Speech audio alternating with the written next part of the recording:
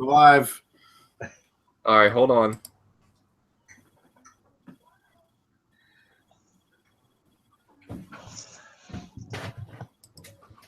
All right, we're live. Good evening, everybody. Thank you for joining us on another episode of the Horror Syndicate Live. We are so excited to have a show for you tonight. We got a lot of things to talk about. We got our weekly Scream Queen. We have our buy or sell. Ray, our president, runs the segment where he asks us to take it or leave it questions. And we all get involved in that. We had a lot of fun last week doing that. Ray, what are you drinking tonight? Is that a Heineken? No, it's a Rolling Rock. It's a Rolling Rock. Rolling Rock. And The I got my chaser right here. All right, so but yeah, we have our Bloody Streaming Roulette. We usually talk about what's going on with the Horror Syndicate. We talk about our one of our new things that we're doing is the Horror Hall of Fame, and right now we're at the bottom three. We have Carrie versus Psycho versus Nightmare on Elm Street. If you don't know what to choose for, you can't find it, go to the Horror Syndicate Facebook page. It is at the top of the link, and cast your votes. Votings will close at the end of the week, and then next week we will have your Horror Syndicate Hall of Fame movie.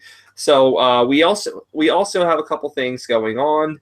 We're going to talk about tonight is one of our main topics. We're going to talk about horror subgenres. I know a lot of questions and concerns are, say, for example, Silence of the Lamb. People don't really consider that a horror, but it was actually the first horror movie to win an Academy Award. But Silence of the Lamb is part of those subgenres. It's not just a thriller; it's a horror thriller, horror drama thriller, whatever you want to call it. The subgenres in the main genre. Well, let's get it started. My name is Brian Enright. You can follow me on Facebook at Brian Enright, or you can follow me on Twitter at The Horror Jew. Next up on our cast, we have Baron Craze. Baron, good evening. Yes, greetings, everyone. You never say hello in a horror film because you will be the first to get slaughtered. You can find me on Twitter under Baron_Craze, and also on Facebook under Baron Craze, or go look up the Baron's Crypt. Awesome. Thank you very much, Baron. And Baron's Crypts are Friday nights at 6:30. Am I correct? That's correct. All right. So join in on the Baron's Crypt at Fridays at 6:30 on Blog Talk Radio. Next, we have Jared Letourneau. Jared, good evening. Hello, all. Shit. Does that mean I'm going to die now? Yes. Crap. Hey, everybody. You can follow me on Facebook at Jared Letourneau, or follow me on Twitter at zombie_survivor. Glad to be here again. Awesome. We're always glad to have you here with us, the Horror Syndicate. Jared. Up next, Hi, Jared. We have Morgan. Morgan, good evening. You can follow me on Twitter at Morgan_Jewel_S. Awesome. That's 3 for 3. Perfect. It's 4 for 4. Is it 4 for 4? Get the fuck out of here. No, it's not, is it? Oh my god, we've advanced. We've advanced so much. It's been a while. That is amazing. It's been a while. Up next, we have the one and only Ray Canella. Ray, good evening. Hey, Brian. Hello there, horror fans. It's your old Uncle Ray Zilla, coming to you semi-conscious from my lair, located somewhere off exit 18E of the New Jersey Turnpike. If you'd like to take a look at my dopey Facebook page, you can look me up at Ray Canella. And if you're anything like me, and God help you if you are like me, you can follow me on Twitter at RayZillaNJ. And thank you, guys, and it's great to be here. Thanks. It's always great to have you, Ray Canella. And last but not least, we have our president of the Horror Syndicate, the Fior Razor. Ray, good evening. Good evening, everyone, and I'm okay with being called the president now. You can find that on my Facebook page, President of the Horror Syndicate. And it makes sense. I just want to let everybody know I'm going to do this if this happens. I got some mail today, and it's finally got Demons and Demons 2 on Blu-ray. Woo! Released Phantasm. Nice. Ooh, nice. Hey, I got some mail today, too. Oh, no. What'd you do? I got Dead and Buried on Blue Underground. Oh, my God. That's beautiful. and the Nightbreed Director's Cut Scream Factory release. Not the Yeah. not the special extended version, just the regular one. That's the Scream Factory? Yeah. That's on my list. I also got Is it mail mail. too? Who else got mail? Everybody got mail. We need to do mail call. Yeah, I got mail. So Baron, what'd you get, Bills or what? I got from Vinegar Syndrome the Jack Frost Blu-ray with the Oh. cover, and sent to me. I got the Driller Killer Steel Limited Edition Steel Book DVD Blu-ray. Oh, you got that? Fantastic. That Yeah. just dropped yesterday, didn't it? So this is a very nice package that got sent to me. I was real happy with that. Some more stuff to review now. Yay! Morgan, did you get anything? Yep. Got The Walking Dead season 6 in the mail today from Black Friday, finally. Woohoo! Hey, you know, I gotta say something. I bought seasons 3, 4, 5, and 6 on Black Friday from Walmart, and I never got my 5. Ooh. That's weird. Yeah. Yeah, I got it from Walmart too, and we got that in Zootopia, which is not horror, but and we ordered it with dishes. Fun movie. And then dishes came days ago, and the DVD. We thought the DVDs got lost, but they finally got here. Walmart has Thank God. issues. Now you got The Walking Dead season 6.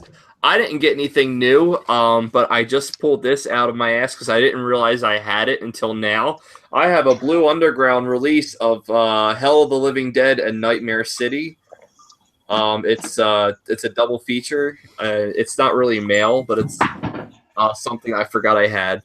So I'm gonna put that back. That was wonderful. Awesome show, guys. Thank you. Yeah. Ray Zilla, did you get anything new? No, all I got was a bellyache. You've been hanging out with your elf too much, I think. All right. You saw some great movies this week, Rayzella. Yeah, Ray, what did you see? Oh dear Lord, what did I watch? What was it? You're next? No, I've seen You're Next. I saw that a long time ago. They're Watching Oh, same thing. was on Netflix. Yeah?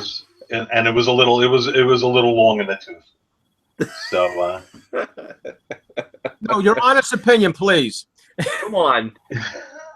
Give your honest it's not opinion. for me. The whole slow burn thing just isn't for me. That's all. I don't, I know these movies are very successful. I know that they do very, very well, but I prefer something that's a little more action oriented, something that is a little more narrative oriented than these movies where it's a lot of ad-libbing in front of the camera, and some tedium is part of the ingredients to show the footage of whatever's supposed to happen to whatever group you're watching, you're following. But you Yeah. must have liked the final 4 minutes, right? I'm sorry? You like the final little end segment of their watching, right? That Well, helped that's all that any of these films really go for, is what happens at the very, very end, and what they choose to show and what they choose not to show. It depends. A movie like Blair Witch ends very abruptly, and you really don't see a whole lot. If you saw, I think, Devil's Due. Did anybody see Devil's Due? That was another slow burn. No, I haven't seen that one. And the plot's almost always the same. One person is either some camera-obsessed individual within the group of people we're following, or it's a TV crew. Yeah. So, it's just the same old to me. So they're watching found footage? They're a crew going to shoot in a home in an Eastern European country. Eastern European. Yeah, and it's a lot of tedium, and I think if you shoot tedium and you show tedium, don't be surprised if your audience gets bored. Yeah. No, I can agree. A lot of found footage movies are either a hit or miss. Usually, a lot of times they're miss after the Blair Witch. Especially after we got dicked around with Paranormal Activity, and like all the other knockoffs and sequels came out after. And it's like, do we really have to watch this? One of the found footage movies I liked, I saw earlier this year called The Borderlands. Has anyone ever seen that? No. No? You guys should really check it out. I'm not going to give away the ending, but it's one of those movies that's a slow burn, but it's interesting. The slow burn is interesting because you're learning about like pagan gods and fucking like, you know, ritual sacrifices and stuff. It's a really cool movie. Go check it out. The Borderlands. All right, so and it's no knock against the movie itself. This is all about taste, you know, and my personal taste doesn't really, you know, travel down that route. I grew up with Harryhausen and, you know, and Hammer films, highly visual stimulation. I enjoy the visual stimulation. There's a very fine line between suspense and boredom. You can build suspense and you can build suspense, but you know, there becomes a point where, you know, there's a very fine line between the two. And I think that, you know, once you're 90 minutes into the movie, you know, damn, you know, let's get on with it. The movie could have been shorter. I think it's about 94 minutes long, and it could have been shorter. Yeah, but it's, you know, it's a good thing that, you know, we do have classic movies that we can affiliate with, such as Psycho, which is up against two other movies in the Horror Hall of Fame that the Horror Syndicate is doing this week. We have till the end of the week. The polls will close Friday night at midnight. We have Psycho versus Carrie versus Nightmare on Elm Street. Those are the final three movies in our Horror Hall of Fame list that are going on right now. If you want to cast your vote, go to our Horror Syndicate Facebook page. It will be posted at the top, and you can hit a like for Psycho, you can hit a wow face for Carrie, or you can hit a heart for Nightmare on Elm Street. It seemed to be getting a lot of reception. We did a couple other votes on the website as well. And it seems that people are getting really involved with it. And I kind of stole this idea from our president, Razor. You know, he in fact, it's funny because that's how the three of us met, Jared, Ray, and I. It's all on the Horror Blu-ray DVD collectors page on Facebook. And Ray got banned from the Facebook page because he was making it fun. And he had movies go against each other. And then he kind of like recruited Jared and I, and then we recruited everyone else, and we're the Horror Syndicate. But it looks like that these movies versing each other has been working out well for the site. Also working out well for our private group, which anyone can join, called Horror Movie Massacre. It's for the really the pros of horror movies, and you can join and you can get involved, and you can also promote yourself. You can promote your website. It's a very friendly, family-oriented page on Facebook, and we're always accepting ideas from other websites and promotions. So we got Horror Movie Massacre. We have our Horror Hall of Fame, which is Carrie versus Psycho versus Nightmare on Elm Street. And we're gonna go kind of roll into our next segment. We're going to do our Scream Queen of the Week. Now, last week we had Jamie Lee Curtis. We covered movies such as Halloween. We covered her movies such as Prom Night, and what was the other one? Terror Train. Yes. The Fog. The Fog. That's right. And you know, this is a new segment that we wanted to start with. We want to start with strong. We started with Jamie Lee Curtis. We gave a little bit of our background of knowledge of what we know, and this week is going to be no different. This week we are going to introduce our Scream Queen of the Week, Linnea Quigley. So Linnea Quigley, let's talk about her. She's famous for Return of the Living Dead, and then a lot of campy B movies such as Hollywood Chainsaw Hookers. Well, don't forget about a Christmas movie. What's up? She's in Silent Night, Deadly Night. Oh, okay. Yeah. Who was she in Silent Night, Deadly Night? Nobody? A babysitter, I think. Oh, okay. Oh, come on. She gets a nice meat with antlers. Yep. She has probably the best kill in the whole movie, or death in the whole best movie. Ugh. I can't drink beer on the podcast anymore. Best. What is she? death. Is she wearing the antlers? Is that? I heard antlers. Yeah, she gets a new hunting method impaled on her. And Okay. she's topless. Yes. Of course. That's Why her wouldn't thing. she be? No. Yeah. No, just a pure note there. She does play that kind of scene out again in a kind of a horror comedy that she did. It was called Caesar and Otto's Deadly Christmas. So she plays that scene again out for the fans. Topless? What was that?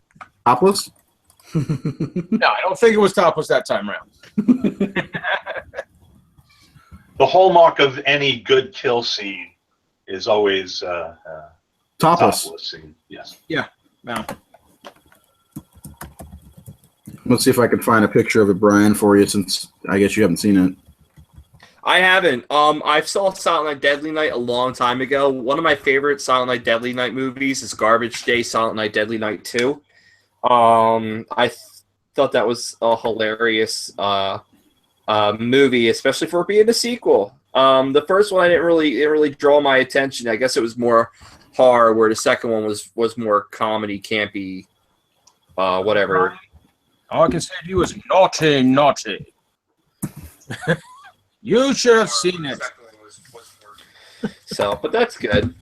So, anyone have any insight about Linnea Quigley? Come on here. You know, she's our scream queen.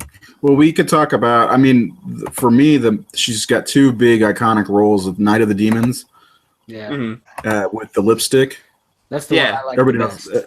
Yeah, and then there's, of course, Return of the Living Dead with playing trash and dancing, you know, on top of the stage or on the stage on a crypt. And they talk about in We had two the Morgans. huh? We had two Morgans for a second. Yeah. Sorry, I didn't mean to cut you We off. did have two Morgans. Yeah, we did. Yeah, I don't know what's going on. Now, in Return of the Living Dead, wasn't she wearing a prosthetic vagina? Yeah, I was just gonna get to that. They because they didn't like that it showed her vag, and then they shaved it off, and that made it look worse. So they had to put a prosthetic on. Just fantastic. I learned that from, I think it's called More Brains, the documentary, Yeah. for 2 hours long. I'll have to Yeah, check that's- that out. I never knew that. It's on the such Screen an Factor interesting- Blu-ray. It's such an interesting documentary. I had the standalone from actually where I met Baron and Ray Zilla for the first time at Bizarre AC #1, and the producer was there. And he was Tommy Hudson was selling his movies, More Brains and Crystal Lake Memories, and he was also talking about his newer movie coming out, which was the Nightmare on Elm Street documentary. You got it backwards. Nightmare came out in 2010. Oh, Nightmare came out in 2010. I got Yeah. all shit backwards. But Crystal Lake Memories is the last one.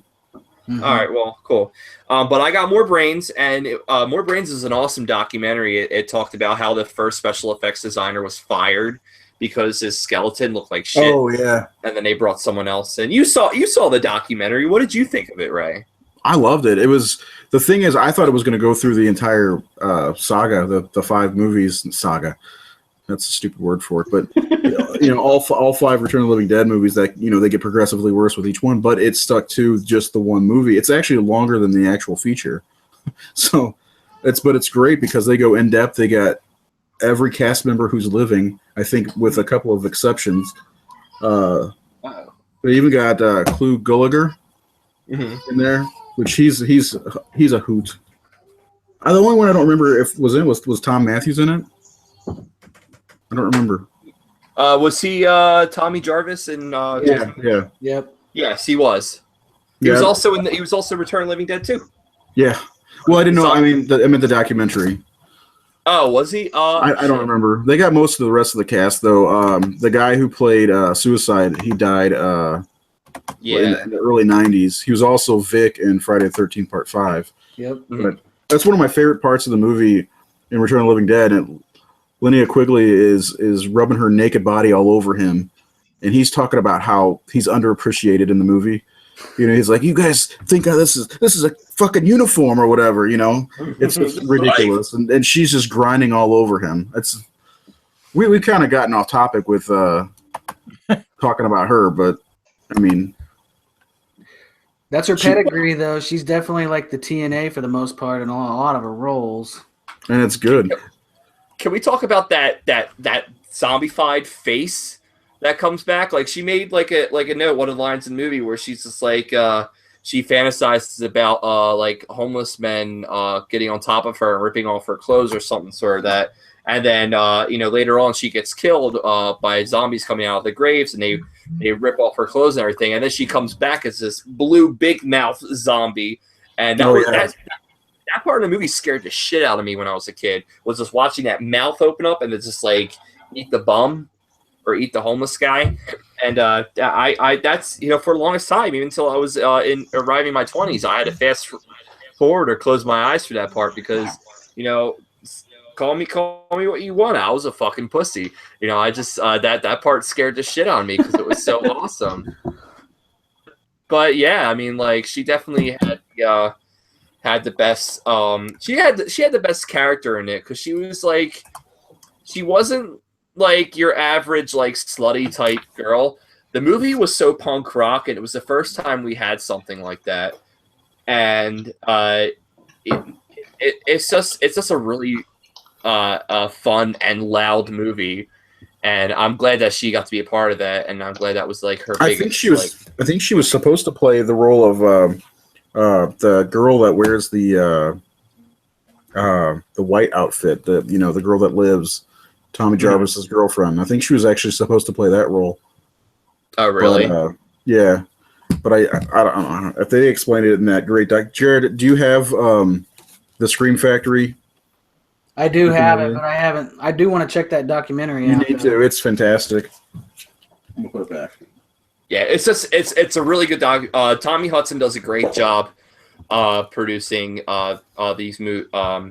documentaries, and they're three great three great franchises: Return of the Living Dead, Friday 13th, and Nightmare on Elm Street. Return of the Living Dead being the weaker out of all the out of the series that came out on the documentaries, but I never saw Return of the Living Dead 4 Necropolis and I have 5 Grave Dance. Grave to the Grave. Anything, Brian? You're not missing it. I'm not. No. I don't Oh my know. I don't know if I told you fellas or not, but I had something to do with 4 and 5. Yeah, you did. Uh-huh.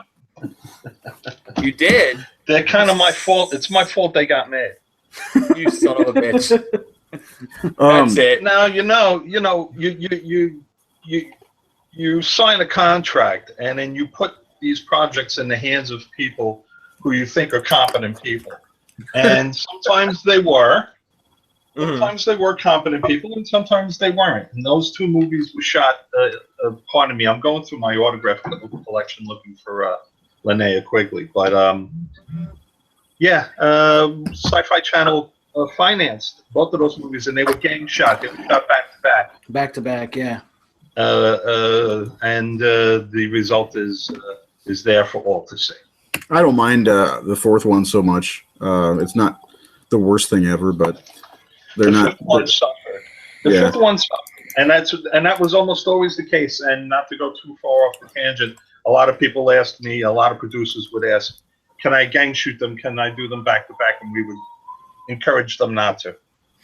For that very reason. Yeah. Well, I want to see the director's cut. I know it just got released on Vestron Collection Blu-ray of Brian Yuzna's Return of the Living Dead 3. Has anyone else seen the director's cut of that? I haven't seen the director's cut. I've only seen one cut as far as I know, but I actually like that movie. It's different. Mm-hmm. I don't like the Tarman in that movie, but because Tarman's the best, which we're way off. We talking about Return of the Living Dead. We should just make that a segment next time because that's a great series. No, I was going to throw in. You said Nightmare on Elm Street. She's also in Nightmare on Elm Street 4. Okay. Yeah, she plays one of the bodies trying to escape Freddy. One of the souls. Her breasts pressed against the Freddy thing. So she's naked in that movie too. Of course. She's known as the naked scream queen. And you know what's weird is I saw her at Horror Hound this year. Like I don't even think she was supposed to be there because I don't remember seeing her on the roster. And I saw her. I kind of freaked out a little bit. Like, oh my god, because I like her a lot. Probably because of her boobs. But Well, there you go. she's really tiny. Morgan, cover your ears. She's a really, really tiny person. The only Yes. female we have on our horror syndicate, and we're all talking about boobs. Sorry, Sorry, she's Morgan. into this. Hey, there's other things to talk about there. It's totally cool. But Morgan's in college. I'm sure she hears about boobies all the time. So this is nothing new to her. So, but yeah, Linnea Quigley is the B movie Scream Queen whose boobs appear in almost every famous franchise. Linnea Quigley is the Scream Queen of the week. So, anyone else have any final thoughts about our Scream Queen before we move on to the next topic? One last thing.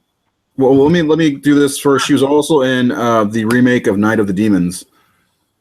She had a slight cameo where she bent over in front of a bunch of little kids. Is that the movie with shit? What's his name? Edward Furlong. Yeah. Yeah, the little dude from Terminator 2. Yeah. Channel Elizabeth and Monica Keena. Yeah. Yeah. Anyway, Good for him. Sorry about that. Good for him. Good for Edward Furlong. I used to see Linnea Quigley at the old Fangoria conventions back in the day, and she was actually mobbed by fans at the Fangoria convention I saw her at. This would be probably mid-'90s, maybe even a little earlier than that. And she was enormously popular at the conventions. And I'm sure if I dig through my photographs, I can bring up a picture of her and I together. But this is the autograph I have of her in a classic pose with a chainsaw. And I don't know if you could read the inscription, but it says, "To Ray, one big hard man, love Linnea." So there you Wow. And she has one of my favorite parts is a tiny little part she has in Killer Clowns from Outer Space. A nice little cameo that it's a brief scene, but it's a lot of fun to see her there because that's a favorite film of mine. But yeah, she's always been a favorite. I've always enjoyed her, particularly in Return of the Living Dead. Yeah, that's such a classic movie, and I'm so glad it was made. Anyone else have any final thoughts about Linnea Quigley?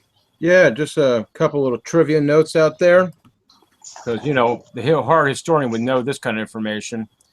Yeah, she's really lucky. She gets to share her birthday with two horror icons that we've probably seen tons of their films.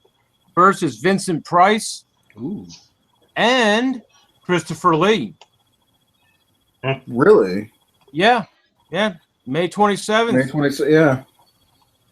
I mean, you think about those icons there. And, of course, for you guys out there that seem to be somewhat talking about her breasts all the time, she did do, just for the pure note out there, she did do about 4 adult movies. Just for you wanting to know. All under the same name or an alias? I didn't know. No, under her actual name. It was before she was in Silent Night, Deadly Night, I believe. Oh, okay. Well, the most recent one did come out in 1998. Oh, okay. What's it called? That's pretty recent. Oh, you better like the title. It's Quigley Down Under? No. Curse of the Lesbian Love Goddess. Wait, what? Curse of the Lesbian Love Goddess, directed by Ron Jeremy. Oh, Lord. Okay. Ron Jeremy. I knew he would get his greasy paws on something that's related to like a Scream Queen. The Hedgehog. Hey, I had to throw it out there because you were all talking about the breasts, so hey, there you go. Well, if you want to see more than breasts, you can go check out Linnea Quigley, the porn star, at youporn.com, Xvideos, Pornhub, youjizz.com, or you can just Google it. So, thank you. Really knows all the sites, so we now know. Oh, come on. You guys know more sites than I do. Let's get over it. Up next, we have Jared's Bloody Streaming Roulette. Last week, what was the movie? I totally forgot. I'm so sorry. A Christmas Horror Story. Ah, shit, that movie. Okay, Yeah. Go ahead. It was fun. I was expecting a little bit more, but it is what it is. It had 4 intersecting storylines, and I kind of like the twist at the end. It's worth a watch. I loved it. I liked it. I did. I loved it. It was fun. I'm not going to get into that it was great cinematography or poor effects or whatever. It's just a fun time for me. I didn't like the ending. I thought the ending was cheap. I don't think you like any ending. No, I love a lot of endings. Like I'm a fan for happy endings, bad endings, sad endings, horrific endings. I wasn't a fan of the ending. It just seemed anticlimactic. The front cover's like, oh shit, we're gonna get a whole movie where Santa's versing Krampus, and at the end it's just like, well, fuck you, audience. Here's William Shatner. I think we're pretty split. Some of us liked it. Baron, I didn't read your review. Did you like it? I liked the overall story. What I didn't like is when watching anthology films, we're conditioned to watch a story and then another story with like a little intermission. This one, you kept flying back in and out of all these different stories, and I got tired of watching it that way. I was just like, wait a minute, I'm watching some sort of soap opera here, and I got to kind of remember all these different storylines when we pop back in and out of the story. So that was a takeaway as far as I was concerned. But overall, I mean, the effects and everything, that was all good. All that was fine. The ending, it is what it is. Shatner's character is, well, hell, he's done every kind of film there is, so there's no problem there. But it's that interchange, and when you go from the first story, and then you're not done that first story. You're just left there, and you got to come back to it. You got to kind of remember all the characters, everything that's going on in the anthology, and to me, it doesn't really work, which is usually like consensus with a lot of people out there who have seen the film. That is their takeaway. I think if they made, I couldn't agree more. That's entirely my critique of the movie. You're spot on. The choppiness and the fact that some of the storylines really have nothing to do with a central theme. I think it could have been cut in such a way as to be done as 4 separate stories, and you wrap up with Santa and the zombie elves. Of course, you end big, and you use William Shatner as transition, sort of in the role of a crypt keeper, if you will. In between the 4 segments. I too got mixed up at times between the family that was in the woods with the kids that were in the high school. It was all dark, so I had to remind myself, oh, okay, we're in the high school with the kids, and this is their issue. I think except for the Santa and zombie elves, all the other ones interweaved. I have no problem with the ending. It's a great production. The ending's fine. It would have been interesting to have seen it done as a traditional anthology. Mm-hmm. Just play a story straight through and then moved on. Yeah, I could see that. Yeah. So what Morgan, movie did you see it? Sorry. Okay, sorry. Go ahead. Nope. No. Okay. So what was the movie this week that you had for Bloody Streaming Roulette? Let me pull it up. It's called Evidence, and it comes via Netflix again. Okay. It has Rhoda Mitchell in it. I like her. She's been in some good stuff. I think it's going to be partially found footage, which I'm not excited about.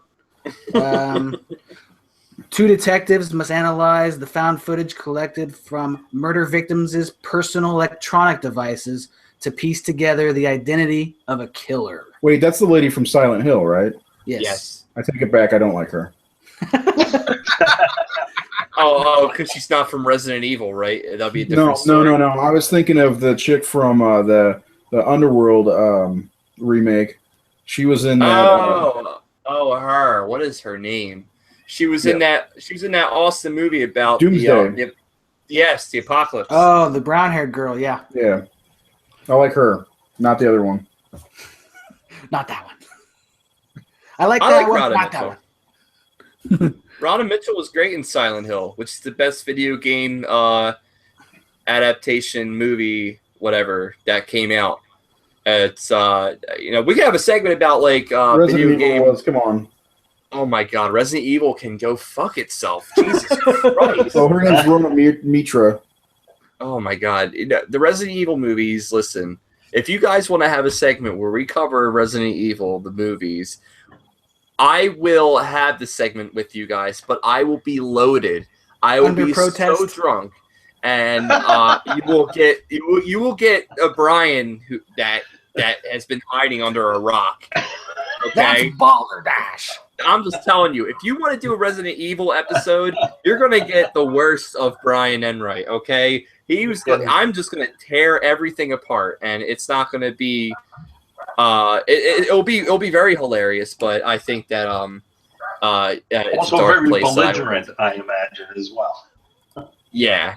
Oh yeah. Are you kidding me? With the holidays coming up soon and everything, you want to talk about Resident Evil?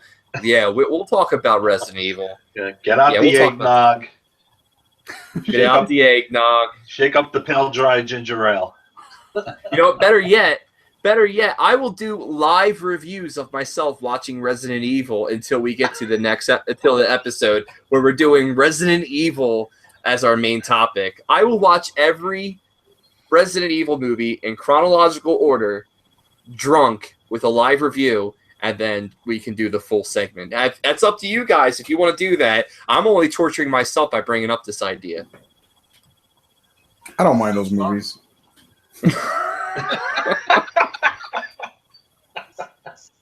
I take them for what they are. They're action movies. Come on. I know they ruined the great game franchise, but the games are still there, brother. So you're saying they're like subgenres, which we will get into later. I Well, don't one know about that. one really doesn't have much to do with the other. Is I think what he's saying. I mean, there's continuity with the Umbrella Corp, but that's They about also it. have characters crossing over. It's not so much that. They are what they are. There's nothing we can do about it. I know. I'm just going to stop myself from going into it any further. All right. So our next segment is brought to you by our president of the Horror Syndicate, our Fuhrer, Razor, and he is going to do his thing. A couple of questions, and I'm gonna try. Ray, what do you like to call it? Take it or leave it? Is that the name of the game? I don't know. Nobody was saying take it or leave it last week, so How would you like this? How would you like for us to say take it or leave it? Do you just like all of us say I'll take it? I'll take no, it. let's just call it. We'll call it me asking you guys questions for right now. Sounds good. So I The can't Horror think- Syndicate presents Ray asking us questions. How about right Razor's now. 4 burning questions? I don't know. The Razor's burning questions. There we go. Razor burn. Oh, the Razor burn questions. Oh! That Can we works. I hashtag like it. that? Can we Hashtag- We got hashtag the Razor Make sure- burn. Hashtag RAYZOR burn. The Razor burn. I The like Razor that. burn. You know, you can almost see the smoke coming out of Brian's ears as he was thinking through the process of coming up with that one. It came out somewhere. It was dancing around with the Resident Evil movies, and There was a little puff of smoke. A little puff The of smoke smoke came is- right out, I think, the left ear. the smoke that you saw was my hatred for Paul W.S. Anderson, and the other Gotta smoke 'em life, creating though, the man. smoke was finally an idea coming together. So Razor presents the Razor burn. Go ahead. All right. This is it. It's not even take it or leave it. That's why I can't name it that, because this is just a straight up question. If you were making a horror movie, you have your choice of director, living or dead. Who would direct your movie? We'll start with Brian. Living Don't or say dead. John Carpenter. No.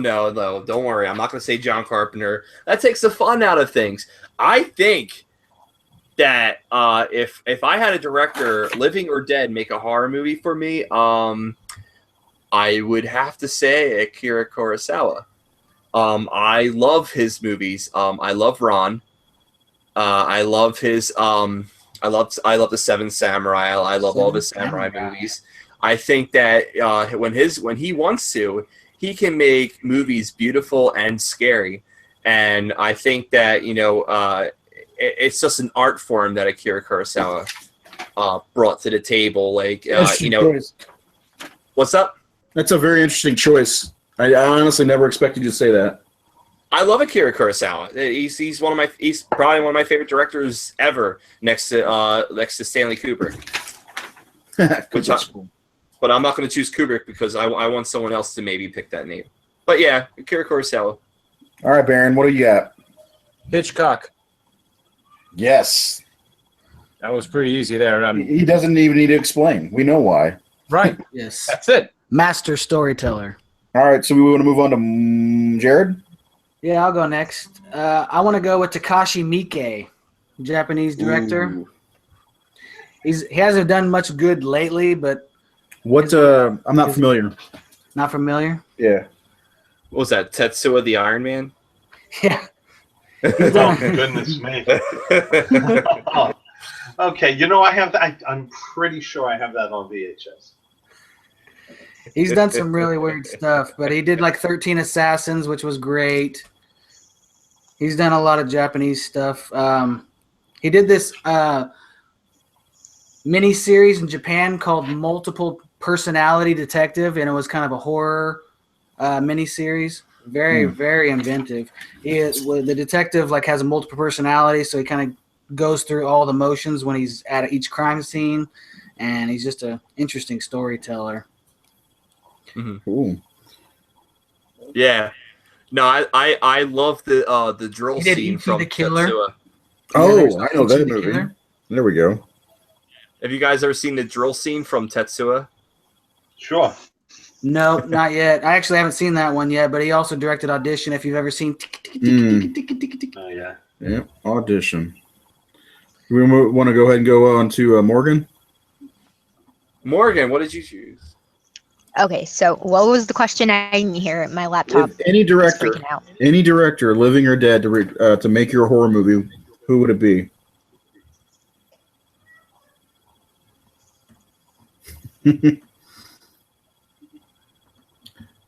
Probably Wes Craven. Yep. How did I know she was going to say Wes Craven? She's a huge Scream fan. How did I know? Shocker. It's okay. He's made Yeah, that's not a bad choice, though. What? Well, Ray Zilla, what about you? You know some directors, so. It's an interesting question because it depends on what kind of horror movie you want to make. But really, I'll be frank. The first thing that popped into my mind was Sam Raimi. I just love the way the camera moves. I love his eye. I love his view of his point of view and his angles and the camera work, the steady cam work, all of. There's a ferociousness almost to the original Evil Dead. That grabs you and just kind of shakes you and rubs your face in the horror. I guess is what I like about Sam Raimi, and that's what I like. What I like about Sam Raimi and your choice is he doesn't just only do the extreme close-ups or the different angles and great shots he gets in horror. He did it in Spider-Man 2. He doesn't just it feels like some of the stuff he does is perfect for a horror movie, but he does it in his other movies too. He's a really good choice. You can tell his work is very distinctive, whether it's Quick and the Dead or it's Drag Me to Hell. He has a very, very, very distinctive look to his movies and a very distinctive style. So that was the first name that just popped into my head. Really, I love Darkman. Darkman's one of my favorites. Sam Raimi did Quick and the Dead? Yeah. I did not know that. He's going to be at Texas Nightmare this He also did the sequel, The Slow and Alive. He's here all week, people. Don't forget to tip the waitress on the way out. You guys ready for the second question? Shoot. The Razor Burn. I don't have a director. Anyway.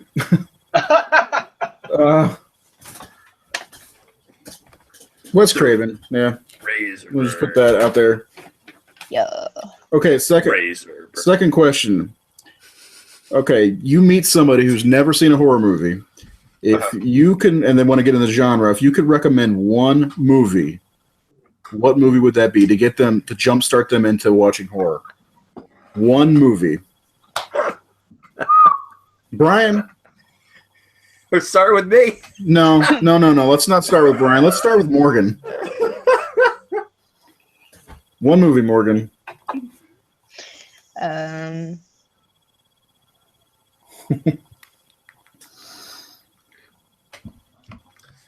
Don't say Scream. I don't think it would be Scream because Scream, like, it's not scary. I would want to show them a movie that I actually think is scary, but I don't know what. Oh man, that's a good point. I didn't think about that. Honestly, I'm thinking about like classic movies. Maybe not even that are very scary, but like a Dracula or a Frankenstein, Universal. I go straight to classics that like early on in the timeline of horror is where well, you should start here. Maybe that's because I'm anal about stuff like that, but yeah, I didn't think about showing them something that might scare the shit out of them. Yeah. We'll show them The Conjuring. That might scare people. I don't know. Yeah, I'm trying to think of like what I've made my friends watch. How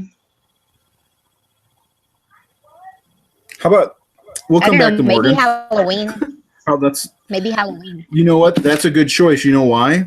Because that shit ain't scary anymore. It's a good movie, but it's not going to scare anybody nowadays. It's very like, you know, if you're a horror fan and you haven't seen Halloween, I don't think it's going to scare you. But somebody who's never seen horror, it might scare. True. Yeah.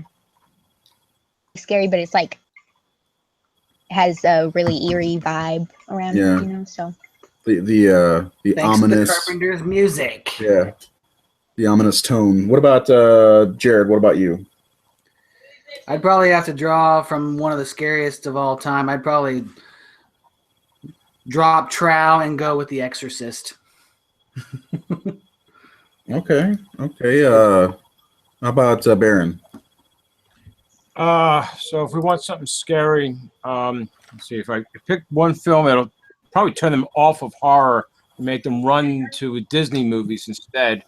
So I'm going to have somebody stay in horror. I'm going to go with my favorite film, Psycho.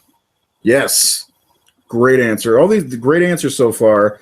I want to hear what Rayzilla has to say, then I want Brian to fuck it up at the end. Because we all love a good train wreck, don't we? It's going to be the caboose in this one. Well, Jared's choice is an excellent choice. I would lean towards The Exorcist myself, but the other film that I think I would most certainly show someone who's never experienced a horror film before, I would show them Jaws. That was my other choice. That was the big guns tonight, guys. Yes, it's for me the perfect horror film. Oh yeah, but maybe the perfect film, Ray. Possibly, considering how clumsily it was made and how it turned out, it's an amazing achievement. That movie, and my criteria for horror, and you guys hear me say it a million times, but my criteria for horror, the goal of a horror film is to make the audience feel uncomfortable. Yes, and Jaws makes people feel uncomfortable. So I think to the point where what Psycho did for people taking a shower, Jaws certainly did for people going to the beach. Very true. All right, Brian. Or do you want to hear mine first? That's my story, and I'm sticking to it. Go ahead, Ray. Yeah, Ray, go ahead. All right. Well, back in the day, I was the horror guy in high school. You know, they would come to me if they wanted to see something. A lot of the people I knew were kids like 15, 16 years old who never saw anything. And I went to The Shining, which I know Brian hates. Maybe. Is it you that hates it? I love The Shining. Maybe it's not you. I don't know. Somebody hates it. And Rosemary's Baby are two that I would always show people. Kind of kind of slow burns. You know, I like slow burns. I forgot Ray Zilla didn't like slow burns. That's why he said witches. I'm like, oh, this is a witch movie they're watching or whatever. Anyway, for me, I would probably Texas Chainsaw Massacre. Good choice. That's a Yeah, damn good because one. that movie looks like a Yeah. snuff film. I'm not big on those, but that is about as close as it's going to get for me. And I mean, that one, when I saw that for the first time, it scared the shit out of me. So, what? Come on, Brian. Just say demons and be a bro. Come on. Oh no! We're not gonna. I'm not gonna go light on you guys. Come on now. No way. Don't say Demons- Serbian film. We're not here for that Oh, come on! You want to get into horror? Watch this man fucking infant. Come on, man. This is horror. No, the movie that I'm Resident Evil. today. And we circle back around to Resident Evil. Bam! No, it's not Resident Evil. Oh my God, no! It's Pieces. It's Pieces. It's the slasher flick Pieces. I can't tell you how many countless times I try to make my friends watch Pieces with me growing That's a up. good choice. Interesting. I had the blue diamond cut, and it was like only like 4 chapters that you could choose from, and if you play the first one, whatever. But it was VHS quality ripped to DVD by Blue Diamond. I bought it at a Suncoast Video. Can you guys believe that? Yeah, A Suncoast I love Video. Suncoast. I miss it. I I forgot bought it about at those Suncoast places. Video. It was $20. All it came was with the movie. It didn't come with it. It didn't come with the Spanish cut, which I saw later on, which is awesome. But it just came with the American English U.S. release, which is fucking bonkers. It's absolutely hilarious. The death scenes are awesome. It's got the best taglines. There's nothing more beautiful in the world than smoking pot and fucking on the waterbed. Mr. Brown is a homosexual. What else do we have in that movie? The skateboarding scene where the girl's skateboarding and runs through a pane of glass has nothing to do with the movie. That was incredible. I think Pieces is definitely a movie that I would get everyone to watch. Not Serbian film. Serbian film is a little hard to swallow. Oh God. So And okay. acquired taste. So those are all. I honestly, you guys knocked it out of the park. I didn't expect that. There's a lot of good choices. Yeah, really, except for Morgan. But no, I'm just joking. I love Halloween. I just made it sound like it's terrible. Halloween's Halloween's awesome. fantastic. It's a classic. Okay. As close to something that Hitchcock, I would say. I would say it's almost Hitchcockian. Halloween. Yeah, no, it absolutely is because it's not gory. The scary part is expecting the unknown, and I mean, I totally agree that Halloween is very Hitchcockian. Yeah, I agree too. Yeah, no, It almost does have a psycho feel to it. I think. I don't know. Maybe I'm wrong. no, it does. The beginning of the movie is very psycho. Yeah. Okay, let's move on. So this is kind of the questions I'm doing today, or kind of like if anybody's new to horror, this will give you an idea of a few good ones to watch.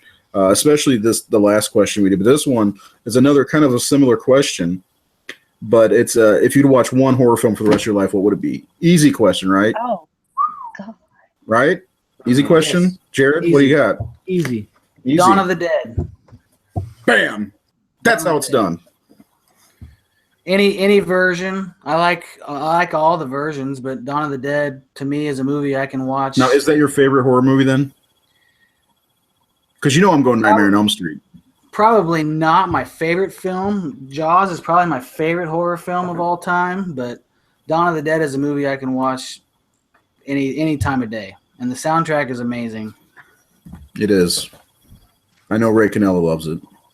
Now, Ray, what about you? You got one? Mosquito Man, maybe? Mansquito, whatever it's called. No. Manscaping. No. Manscaping, yeah. Coming It's in the summer of 2017, Brian Enright presents Manscaping. My brought lord. to you by Deets. What was the question again? What gets you moist? Manscaping. We already answered that. If I had to watch one horror film, wowee, that's tough, boy. Wow, what a Sophie's choice. My goodness me. I'm leaning two very different movies. I want to say Bride of Frankenstein. Just the whole gothic, yes. just the whole gothic thing about it is gorgeous. But on the other hand, Jaws is a personal favorite. Wow, very hard. But the first title that popped into my mind was Bride of Frankenstein, particularly when the creatures in the hut with the old blind man, and John Carradine comes knocking on the door, and he bursts in. He says, "Are you blind? That's the fiend that's been ravaging the countryside."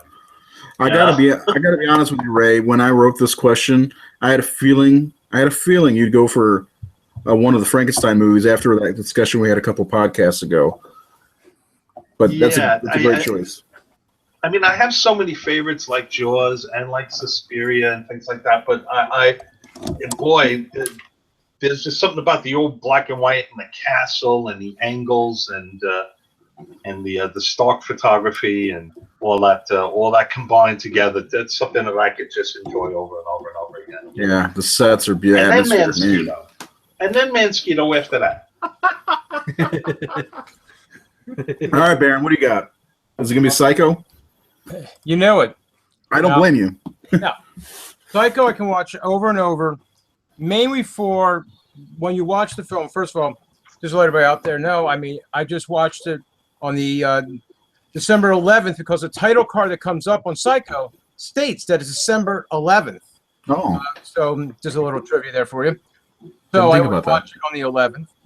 And it's a film that when you watch it, I don't care. I've seen it probably 40 times at least.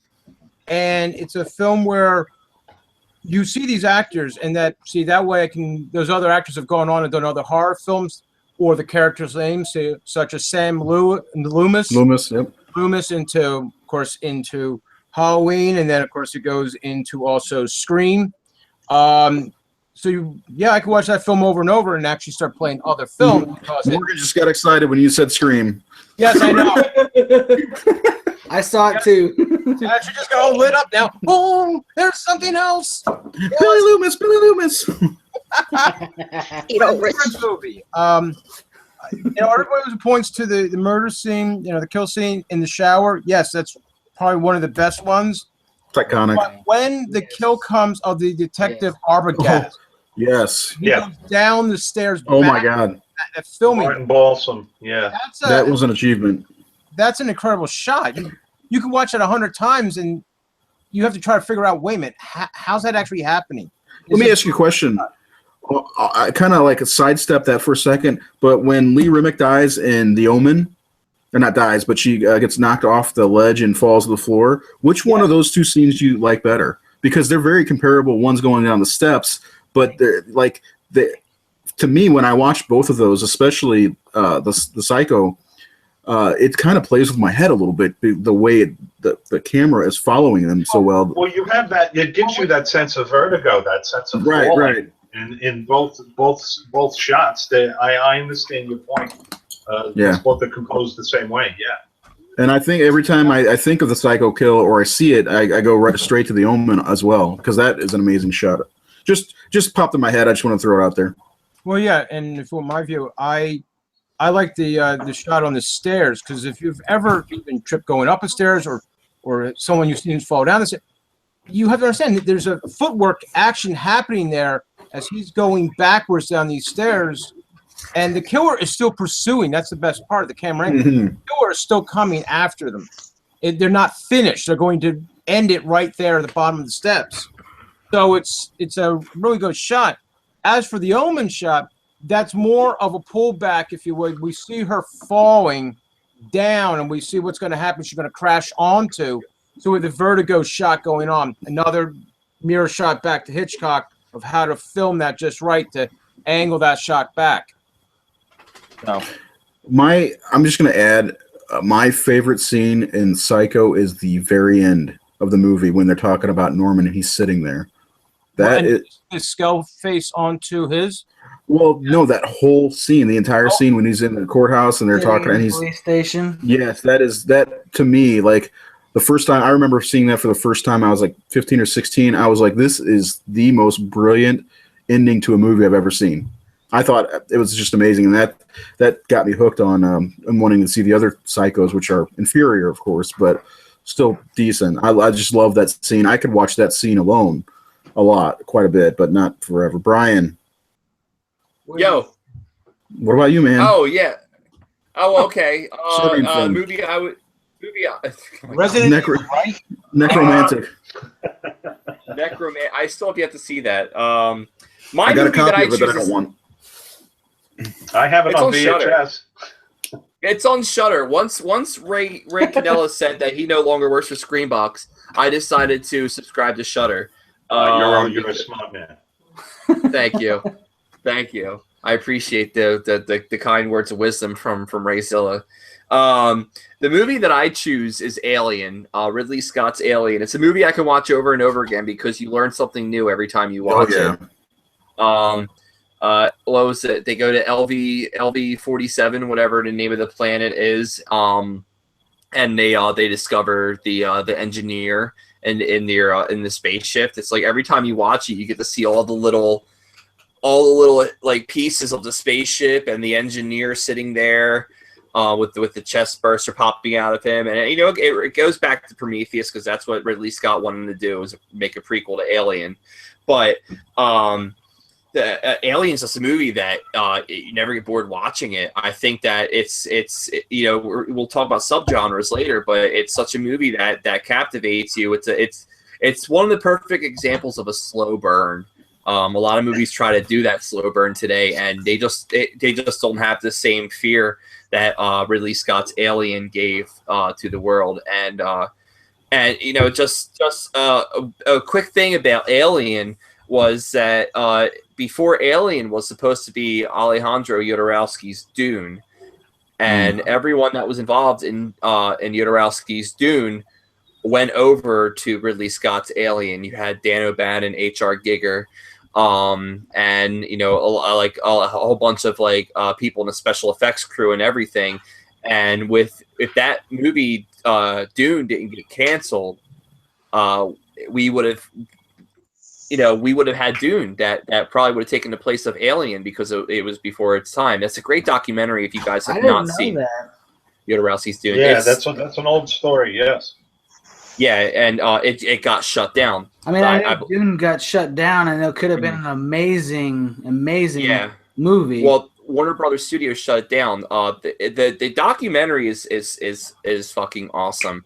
Alejandro Jodorowsky knew nothing about Dune. He didn't read the book, but as he was going along, he started to know what was going on with the storylines and everything. And then the Warner Brothers were behind it. They were producing it. And then it came down time where, fun fact is that it was going to star Orson Welles, Salvador Dali, and like a whole bunch of people who are not here with us anymore. And it sucks because that movie could have happened. But then again, it doesn't suck because Alien happened, and Alien is a timeless movie. It's a top 5 horror movie, if you ask me. It is. It's just it's a wonderful movie. It's suspenseful. You always learn something new about it, and it's just and it's got a female hero. Woohoo! Right? Woo! Yeah. Right, and then she's Hooray, in the Ripley! And yeah. Brian, you're killing it. Hey, just want to throw this out there. One of whoever's tuning in at hell_0 stranger says The Thing forever. I guess that's her choice. That's a very, very, very legitimate choice. I would have chose The Thing if I didn't choose Alien, because The Thing and Alien go hand in hand with the same type of survival horror. True. And thanks for the tweet. I appreciate that, and the follow. Last one, you guys ready? Easy question. We don't have to spend much time on it. I just curious. Name the best one or two horror movies from the year you were born. I'm going to go ahead and start and say The Shining and Friday the 13th. I was born in 1980. That- Go, Morgan. Go, Morgan. That is such a difficult question. Whoa, we should have. Oh man. Just look it up real fast. I could have answered Scream to literally every single question you asked. Yep, I know. Oh my God, you're gonna have to come back to me. I don't know what movies came out when I was born. Well, who knows? Jared, I think you know, right? Yeah. Okay, well, here, Morgan, you go first. I know Scream. What else? Fuck. Is it just I Scream? don't know what else came out that year. Ugh, okay. God damn it. Scream for life. Hey man. Hashtag Scream for Alright. life. All right, what about you, Jared? What came out and what did you, 81? 82. That would 82. be Poltergeist and Thing. The Thing. Yeah. Pretty Anybody good else? choices. Yeah. Anybody else Yeah. ready to chime in? I could try. ahead. Wait, was the question? Mine would What- be probably. Hold on one sec, Ray. Morgan, what horror movie came out the year you were born? What was the best horror movie that came out the year you were born? Tweet that shit. Okay. Sorry, Ray. Well, I didn't look it up, but I know there is a favorite of mine from 1963. Pardon me, as the elder statesman of the group here. A little movie called Blood Feast from Herschel Gordon Lewis came out. in Oh. 1963. Ooh, yeah. And, Now you're talking. Now we're talking. It needs to be noted that this was a splatter film that came out in color 6 years before George Romero's Night of the Living Dead. And I have always considered Blood Feast to be the birth of splatter, the birth of the gore film, of that sort of extreme, sadistic, depraved cinema. And so, without looking it up, I'm sure there were plenty others from that year, but that one is always stuck with me. That came out the year I was born. So Herschel Gordon Lewis, I love you. Wasn't he the original Godfather of gore? Yeah. The Wizard, or yeah, the Wizard of Gore. That's dark. Yes, yeah, and I had the pleasure of meeting him on a couple of occasions. I've got autographs. I've got pictures of him and I together. I saw him at a convention in East Rutherford, New Jersey, and the organizers of the convention were musicians. And so one played banjo and the other played guitar, and a room full of us, about 30, 40 people, sung the theme song to 2000 Maniacs, along with Herschel Gordon Lewis. I have pictures. That's cool. But it was more fun than people should be allowed to have. Ray, you also could have chose The Haunting, The Birds, Black Sabbath, Dementia 13, The Terror. I just looked up 63. The Birds is a wonderful film, but I'll stick with Blood Feast. Blood Feast is a pivotal moment in the horror genre, so I'm going to stick with that one. All right. Anybody else? Brian, you ready? Baron, you got something? Ready. I've been ready, so. Do it. Ready and loaded. You guys are going to like this one. The Exorcist, hence 1973. Seriously? You got it. Nice. And of course, for a second film, I will pick The Legend of Hell House. That's a surprise. That was a banner year. The Legend of Hell House. Which one is that? It's a creepy ghost house kind of film. It's set around Christmas Eve, I believe it is, around that time. So it's another one of those holiday kind of things you want to watch. There you go. Keeping the holiday spirit. Of course, always. It's not. No, I'm thinking of The House That Dripped Blood. That's what I'm sorry. My bad. Good picks, especially The Exorcist. We're really having a banner night with picking movies tonight. I mean, anybody who's watching the podcast today, you're getting a good list, a good starting list of good films to watch. That's a good point, Ray.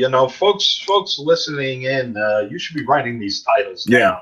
Yeah. This is a hell of a list, and if you've missed any, you can always go back and listen Rewatch to these questions again, because this is a solid list of titles, people. You should all be watching these films.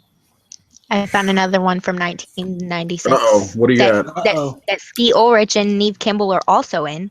The Craft. Oh, Craft. Oh, Oh my there's a witch god. movie for you. that was a Oh, fun right. movie. 96. I can feel my arteries hardening. Oh man, You know that The Craft is the real reason why Hot Topic was made, right?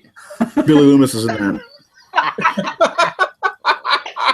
Like it's the Photos only of reason all- why Hot Topic was made because The Craft came out in 1996. I got my license in '96 also. Maybe the craft had something to do with that. Brian, did you figure something out yet? What year were you born? I was born in 1988. The movie I see on there. Return of that the Living Dead too. the movie I choose is They Live. That's not a horror movie. But here, get this. These are all the horror movies, almost some of them. Hellraiser, Hellbound, Child's Play, Nightmare on Elm Street, Dream Master, Night of the Demons, Killer Clowns, Maniac Cop, and Friday the 13th, New Blood, Halloween 4, Monkey Shines. Oh, shit. Plenty of good movies to choose from. Hobgoblins, Poltergeist 3, Brain Damage, Hobgoblins. Fright Night Part 2, which is out of print. Hard as hell to get. Elvira, Mistress of the Dark. Booby Castles. Zombie 3, Cellar Dweller. Hollywood Chainsaw Hooker starring Michelle Bauer. Linnea Quigley. Linnea Quigley. Lady Gaga. Hey, The Hollywood Chainsaw Hookers is a good movie. Hooray! We got Lady in White, Bad Dreams, The Uninvited, Rat Man. I've never heard of Rat Man. I'll have to go check that out. That looks interesting. I'm sure Baron's seen it. Rat Man. But yeah, no, you know what? No. They Live is a horror movie. No. It's adopted by the horror fans. It's a horror movie. It may be a very subgenre. It may be a political satire. It's but a genre hybrid, I think. It's my horror political satire action comedy. Okay, no one else's. It's mine.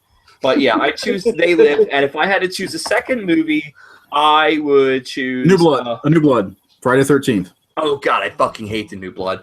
No, I would choose Maniac Cop. Fuck it. Bill Lustig, man. Ooh. Billy Lustig, and that who else did that star? That starred Bruce Campbell, And the big jawed guy. Robert Zadar. Yeah, Rob him. Starr, Tom Atkins. What was that girl's name? Barbara. some- RoboCop. Oh, I forget her name. From RoboCop. Was she in RoboCop? Maybe I'm Who was thinking of she the in second one. Who was she in RoboCop? Come on, Nancy Allen? No. Oh No, man, no, not not Nancy Nancy Allen. What Not movie? Nancy I already Allen. lost track of what movie we're talking about. Maniac Cop. Maniac Cop. Maniac Cop. Okay. William Let's see. Lustig. Billy Lorraine Lustig. Landon. That's it. Lori Landon. Somewhere. Don't I listen forgot to me. about her. Maybe she'll be a scream queen sometime I have next a year. puppy Or and not. all that. Don't listen to me. Or not. But yeah, no, Maniac Cop's Oh, we're man. not. Maniac Cop's one of my favorite movies. Maniac Cop She's 2 good was looking. awesome too. I wasn't a fan of Maniac Cop 3. I like Billy Lustig movies. My favorite of all time was Vigilante and Maniac. Maniac. All right. Oh my God. Hey, Brian, here you go. Who's that? This is Maniac Cop, Oh, Robert Starr. and he signed it to me. And let's see, it says to Raymond, see you in prison. And he said, I got this way back in the day when you didn't have to book photo shoots and Spend all that other $100 nonsense. to just Now, get he- it taken. He passed away this year too, right? Was it this year or last year? I believe he passed away recently. Yeah. That's a shame. We lost a lot of greats this year. You know, he was definitely, you know, he was one of those like, who's that guy type of characters. He was also in that one movie. Shit, what's the name of it? It's a samurai movie. I don't fucking know. Well, Robert Zadar Planet had he had a genetic condition. Robert Zadar, his appearance was I believe it was called cherubism. Yes. Am I right, Baron? Yeah. It was a genetic disorder, and it afforded him the ability, however, to get work. He was a dedicated actor and a total professional, and his appearance, much like Michael Berryman, his appearance afforded him an opportunity to play a certain type, to play a certain role, and he was a very nice man. He was a very sweet man. Very sad story to see him. I know. It was He was last year, by the way. It was last year. Yeah. He was also in He did Samurai. a Google check. Have you guys ever seen Samurai Cop? No. No. Oh my god! When you guys get a chance, you guys need to watch Samurai Cop trailer. I saw Samurai Delicatessen. I saw that. Oh, that's cute. I don't even know what that is. That's cute. I'll have to check Sounds that like out. a samurai buffet. No, check out Samurai Cop. Check out the trailer, Samurai Cop. That's your guys' homework tonight. Check out this. That's a hard pass for me. Hard pass for you. But Resident Evil isn't. I get it. Resident Evil, that's whatever. My wife enjoys them, so I watch them with her. You tell her she's You know what? wrong. No, listen. I like Mia Jovovich or Yo-Yo, however you say her name. I like her. Yo-Yo Ma. And you know what? I like seeing girls kick some ass. So there you go. That's cool. You know what I like? I like when my fucking fan video games aren't destroyed by people who are lazy. I get that. You're very heartfelt for your game franchise. I get that. I am. It's like I said it to Ray before. I said it's like imagine that you really love Superman and you really love Batman, and you bring in some guy who has no interest in the comics or how things go, and you make Batman versus Superman, or you make Suicide Squad.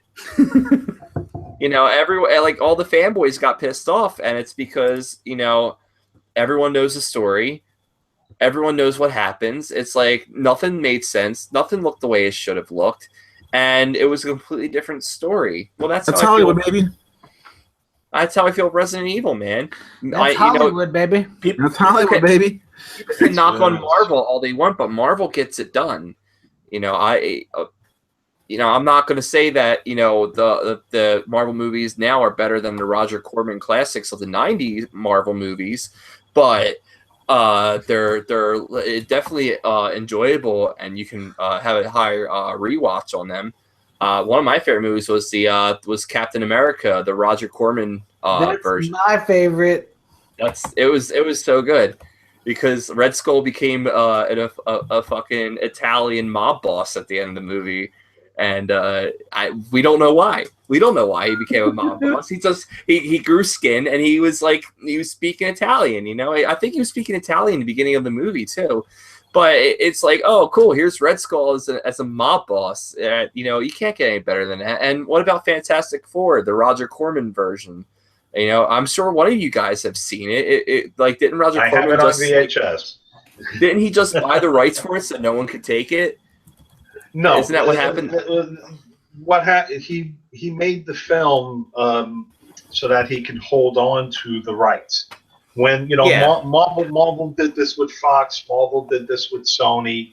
You license the rights, and then you have to produce the film within a certain amount of time, or else you forfeit the rights.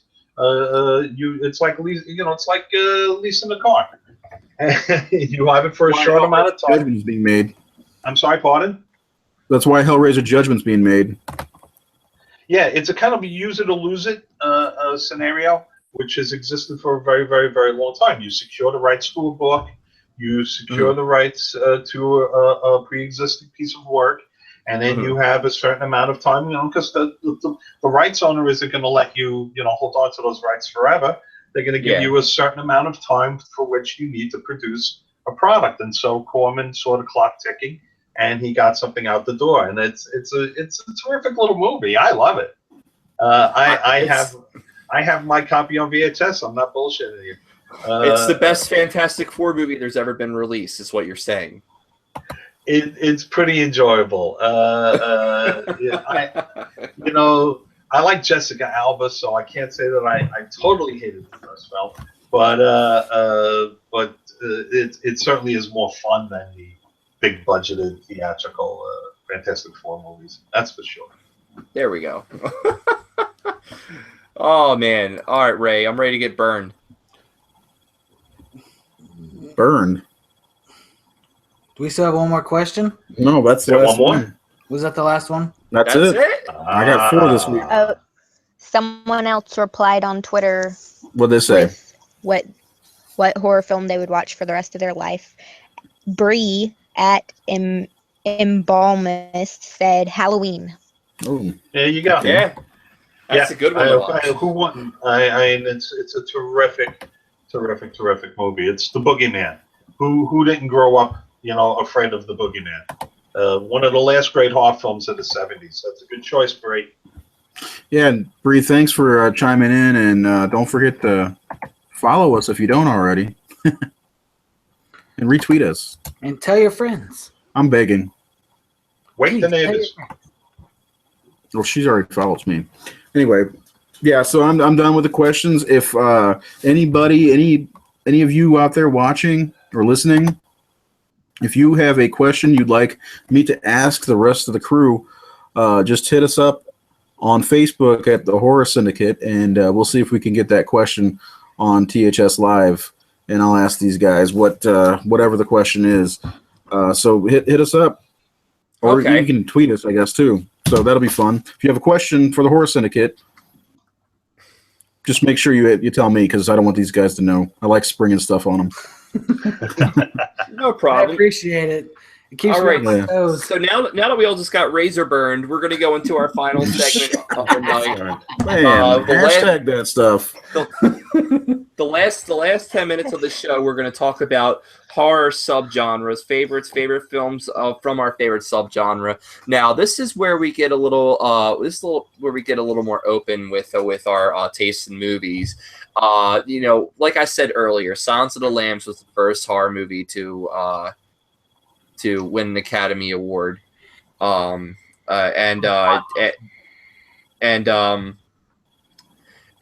people are debating to this day that it's not a horror movie. They're debating that it's a dramatic thriller. Well, that's a It's in our Horror Hall subgenre. of Fame, so there you go. That's a subgenre to horror. It's a horror dramatic thriller. I mean, you can have many subgenres within the genre. It's not a romantic thriller. It's not a romantic comedy thriller. It should be. It's not a sci-fi thriller. It's not a sci-fi drama. It's a fucking horror movie. I mean, people are getting their skins ripped off and worn as a coat by Buffalo Bill. It's just it's all part of the horror, and it's a huge subgenre. And Silence of the Lambs is one of my favorite movies. It's a great example to start off with. And going further into this, we can go more into the subgenres. Such movies as, for example, The Purge, Anarchy, which is a subgenre. It's an action movie, but it originated from the horror movie The Purge, which was produced by the guys who made Sinister, and they were going for that horror element. Hold on. How is Resident Evil not a part of the horror genre then? Because it's a comedy. It's comedy, and the subgenre is fucking. It's a genre Now hybrid. you're just being Come on, biased. Brian. Wasn't Steve Martin in that? Steve Martin's in that, isn't it? He's in it. Steve Martin, Eddie Murphy, These wild and crazy guys. He's collecting pennies from heaven. Martin Short and Steve Martin. And Martin Short's the liquor. Chevy Chase is one of the zombies in the beginning of the movie, and on the ghost of James Belushi is the ratings of the first movie. So, but Resident Evil is as it pains me to say, it is a subgenre. It's a horror movie, action, disaster, whatever the fuck you want to call it, but it's a horror action. And action being the subgenre because it is a horror movie. I don't know about the sequels. The sequels seem to be more like action horror, but the first one was horror action. I don't know if you guys agree with me or what. Yo, they got zombies. They got zombies, yo. They got zombies. So anyone else have any insights about about the subgenres, especially in the horror being the main genre. Who wants to go first? Not everyone at once. I'll go. Okay, psychological thrillers and such. Yes, Silence of the Lambs is a horror film. It's in the it's on the Horror Syndicate site. I wrote it there for the Hall of Fame one. A great article, I might add. Thank you. Yeah. I trimmed it down from the approximately 7,000 words I wrote on it. So you're looking at about 5,000. I could have written you a book on it if you want me to. I mean, you take the films such as just thrillers in general. I mean, look, films like Rear Window, obviously not a horror film, okay? But it's a thriller that has been used in a lot of films since then. You know, you take these films and you use them. I mean, look, Rear Window has been used in such films, and I know somebody on our panel is going to light up like a Christmas tree when I say this, but it's been used in Scream. There's her attention. There's Morgan going, what? Rear Window? Yeah, because people are looking through windows and spying on other people to get their reactions. To me, I like the thrillers because in horror, pretty much every horror film has a thrilling moment in it. But then again, horror also has, and you know, some people are not going to like this, but horror films in a way have that romance moment in the film. It's the moment where you want to care about somebody else. Because if you don't, you pretty much get a cannibal film handed to you. You got to care about your loved ones. You got the thriller moments. You have the action sequences. The chase is the action sequence. That's what's happening. There's a chase going on. There's the action. We eat up some of the film in that process. So to me, horror contains all the genres mixed into it, just depending on how you want to stir it around. You got comedy thrown into it. Most films will throw a comedy line in there just to break the tension, to ease down your emotions before we rile up the ride again all the way to the top and then drop you for a free fall. You hope by the end it breaks hit on the roller coaster, or you're going to fly off and smash down and become another part of the final destination of life. So that's it. Again, I got Morgan to light up going, final destination. Oh! Gonna perk up twice. Yes, there you go. So yes, thriller to me is a subgenre of horror. It has always been and always will be. Mm-hmm.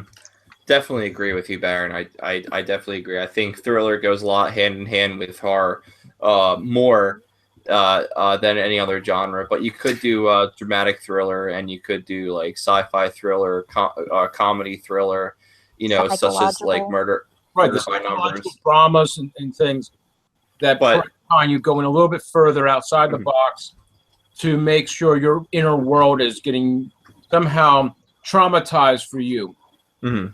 If you look at the film Strangers, for example, yes, it's a horror film, but there's a great scene in there. The camera focuses in there.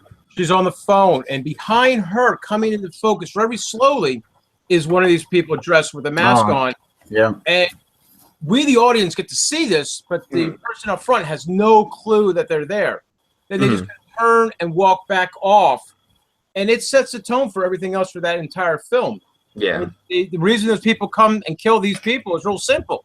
You answered the door. Simple reason. No other. Yeah. So there is thriller thrown into these things. Get your heartbeat racing to get things done, and those are films that I particularly enjoy in horror that add that element.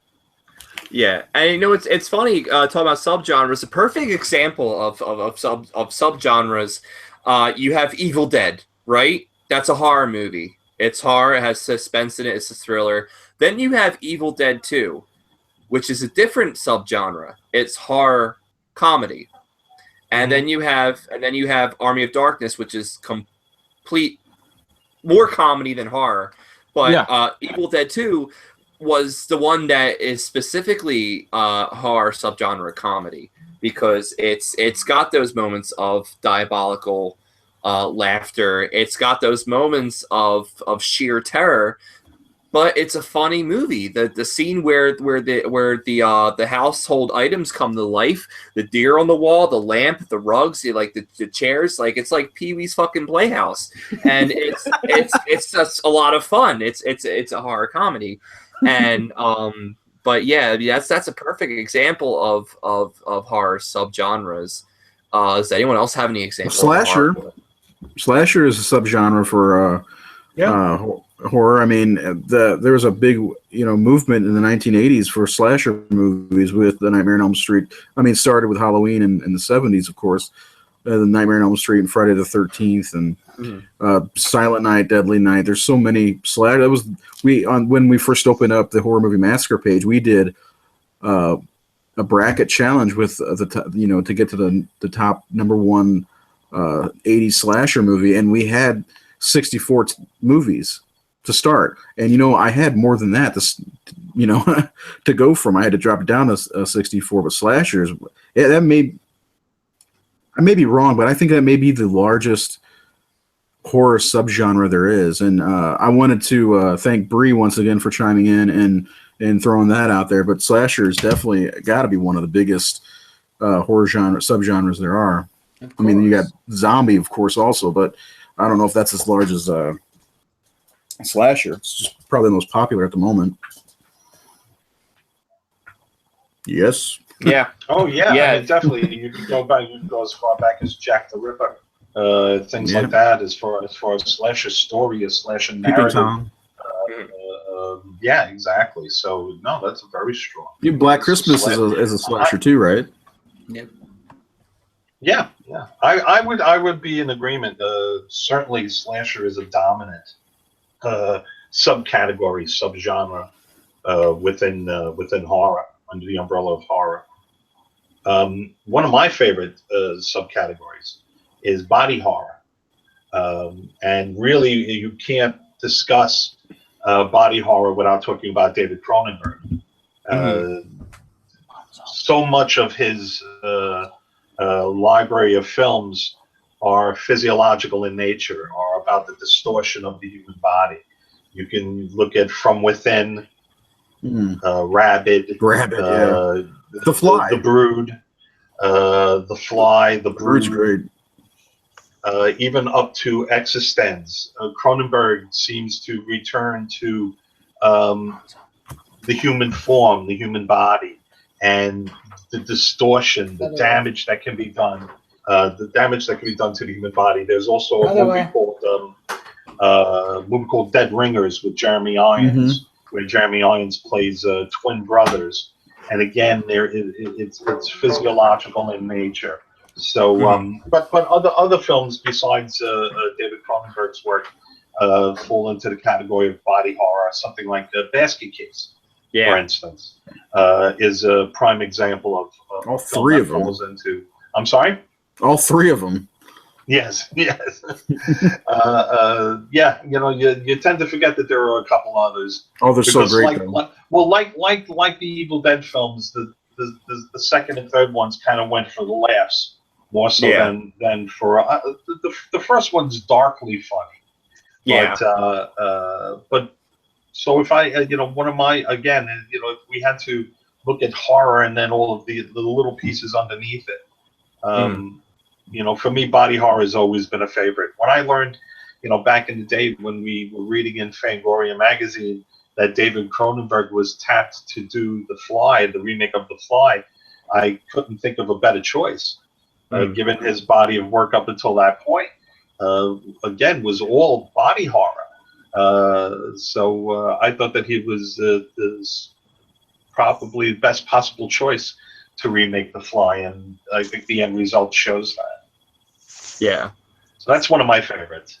Yeah, that's such a good movie. And that's also another subgenre too. It's a horror thriller. Goldblum is the subgenre. It's very Jeff Goldblum. If you want a full movie full of scares and sheer terror and Jeff Goldblum, well, look no further, ladies and gentlemen. Independence Day 2. Oh, hold on.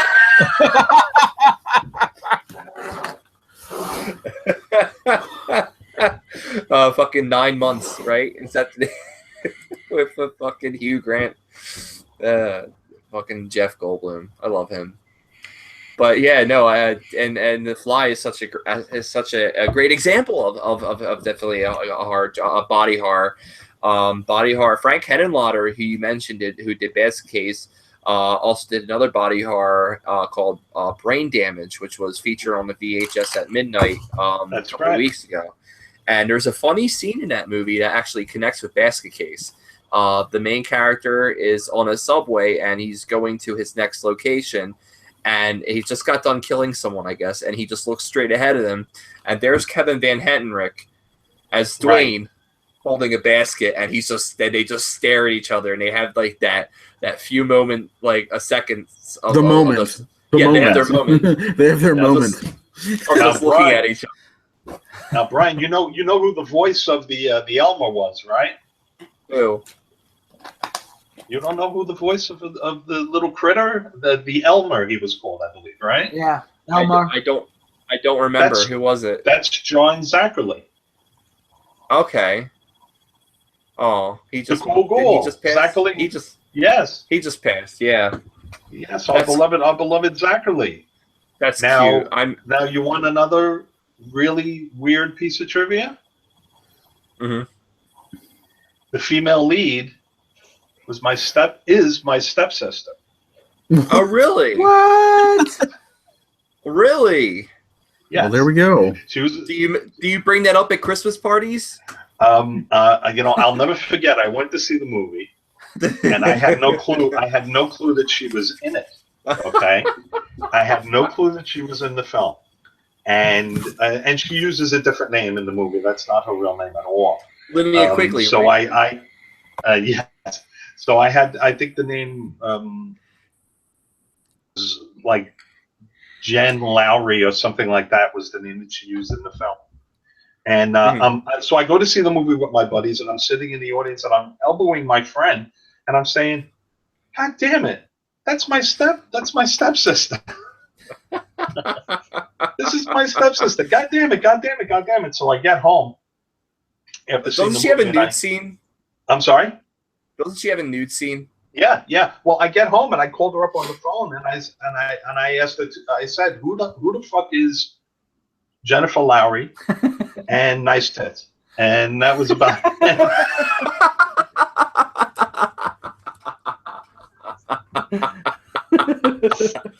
Who is Jennifer Lowry? And by the way, nice tits. And that's a true story. That's a true story. I knew that she was an actress, and I knew that she was doing some off Broadway and stuff like that. But I had no idea that she was in this film, and she had never mentioned it to me before. So so we got a pretty big kick out of it. We got a pretty big laugh out of it. I don't think she was in anything else, to be honest. That's good. Brain Damage is such a fun movie. I'm glad that you got to have your stepsister star in that movie. It's a strong comment on drug addiction, and drug culture, and it really is. Yeah, it's one of Henenlotter's best, I think. I love Frankenhooker. I think Frankenhooker is a funny ass movie. I really enjoy it, but I think Brain Damage is his most interesting work. Yeah, by far. Even though Bill Murray loved Frankenhooker, but I definitely agree that Brain Damage is one of his best works. I do like Basket Case though, but that's me. All right, I feel like we're kind of drifting away from topics. Anyone else have any more input about a subgenre? Just a purely note for. Sorry, go ahead, Morgan. Oh, well, I think my favorite's probably thriller, but I also like paranormal, but I think like they're hard to actually accomplish, like, and get right. Like, I love The Conjuring and whatever, but yeah, and another one that like I thought of, which I don't really like, but as like a whole, like when I hear it, and I'm like, ooh, I need to watch it. But I do like a handful of them are like torture ones. Like I like Collection and Would You Rather, Funny Games. Mm-hmm. Yeah. Funny Games is a good one. Yeah. The original or the American remake? Well, they're both by the same director, but I do like I've the only original. seen the remake. I need to watch the original. I haven't seen The it. original one's crazy. Yeah. I haven't gone yet. We've touched on a couple of my favorites, the slasher and the zombie subgenres, but last 5 years or so, I've really gotten into the Italian giallos. Giallo. Giallo. I'm glad you brought that up. They complete genre hybrid. I mean, you have mystery, you have mystique, you have early touches and slashers. They just cover all sorts of different types of genres. Dario Argento was one of the original ones in the giallo, like the bird with the crystal plumage and the cat o' nine tails. Fulci had a couple of good ones. Lizard and Woman Skin. You turned me on to the giallo for the most part because I was watching the Fulci, the Lucio Fulci, the Beyond and all that. But you mentioned Deep Red. Yep. And watching it, I was very confused on whether or not it was a horror film. And we had a nice talk about it, and I had to watch it again, and it totally works. Didn't mean to cut you off. I just wanted to mention that. No, that's good though. There's lots of different aspects to these types of movies. They're very multifaceted and in depth. One of my favorite giallos is What Happened to Solange. I don't know if you guys have ever seen that You one. wrote a good review over it too on the Syndicate.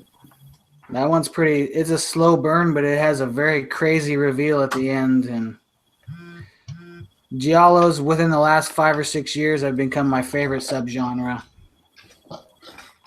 Is anybody a fan of haunted house type of subgenre? Oh, That's yeah. Bree is she's a trooper. She's sticking with us tonight. Thank you, Bree. Yeah, Bree. Bree, you need to watch House. House. No, did he freeze? You House? glitched. Froze. You Are you glitched. talking House with William Catt? House. House with William Catt? Or House 2, the second story? No, House. House. House. The first one. House House. on not, Haunted? not the one written by Fred Decker. There's The one from 77? The Japanese movie? Yeah. yeah. That movie's fucking weird. I love House. That movie makes no sense whatsoever. Yes, it does. You shut your face. You shut your goddamn mouth. You know what? I prefer a haunted house movie called Resident Evil. Oh. Ah, man. Oh, Just pouring salt on the wound and then beating me up again. the razor burn. The Razor Burn. There it is. Oh, There it is. I got the razor burn tonight. At least I'm not Laura Palmer. Who is dead. Oh, God. Obviously, I love Italian horror. I like to go a little further back than Argento to Mario Bava. Oh, yes. Actually. Of course. Yes, please. Lisa and the Devil. And, my favorite is The Mask of Satan. It's a witch film, and I adore it. It's to this day it's probably my top 3 in witch movies. Morgan, I saw that. What'd she do? By the way, guys, I dug up that photograph of Herschel Gordon Lewis. Here's the autograph that I got to Ray, Herschel Gordon Lewis, and then down here, well, here's me when I had hair. Look at that young tyke. Yes, I did have hair at one point. Wait, hold on. That isn't it the same picture or the same face you're making when you met Argento? And most likely That's I'm his levitating. face. Plus, I'm levitating several inches off the floor in meeting Herschel Gordon Lewis. And then here is that impromptu jam that I told you about. I don't know how well you can see this, but there he is at the microphone singing along with a banjo player and a guitarist. And all of us together sung the theme song to 2000 Maniacs. Because the South is going to rise again. And we had a really good time. I don't know how well that's coming across on the screen there, but I don't make this shit up, guys. I've seen things. I want to ask, I've seen things.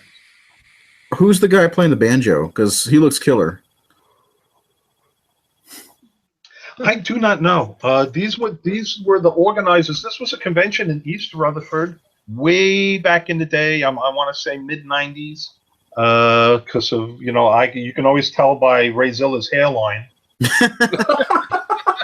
That's how you can document my pictures what too. Don't worry. decade we're in. That particular hairline is easily the '90s. It didn't start turning gray until much later, and then of course it completely fell out. But there you go. There's my my Herschel Gordon Lewis. I didn't mean to interrupt, but I dug it out.